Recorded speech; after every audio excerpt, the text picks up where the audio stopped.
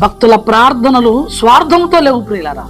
ఎప్పుడు ఇతరుల మేలు గురించే, ఎప్పుడు ఇతరుల క్షేమం గురించే. దేశ క్షేమం, రాజు క్షేమం, ప్రజల క్షేమం. ఈరోజు కూడా భారతదేశంలో ఉంటున్న దేవుని పిల్లలైన క్రైస్తవులందరూ కూడా దేశ నాయకుల క్షేమం, దేశం యొక్క పురోగతి క్షేమం, దేశంలో ఉన్న అన్ని డిపార్ట్మెంట్ యొక్క క్షేమము కొరకు, ప్రజలందరూ సస్యశ్యామలముగా ఉండాలని వాళ్ళ క్షేమము కొరకు ఎక్కడో ఒక చోట ప్రతిరోజు కడుపు కట్టుకొని ఉపవాసముతో కన్నీరు కార్చి ప్రార్థన చేస్తారు. విచారం చేసేవారు మారాలి, త్రాగుబోతులు మారాలి, దొంగలు మారాలి, నరహంతకులు మారాలి, ఎంతో మంది మారాలి.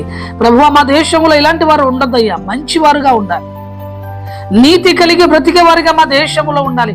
అలాంటి వారిగా వాళ్ళ హృదయాలను మార్చేయని ఎక్కడో ఒక చోట ప్రతి శుక్రవారం, ప్రతి ఆదివారం, ప్రతిరోజు ఎక్కడో ఒక చోట దేవుని పాదలు పట్టుకొని దేశ క్షేమము కొరకు, దేశ నాయకుల క్షేమము కొరకు ఎంతో మంది ప్రార్థన చేస్తున్నారు.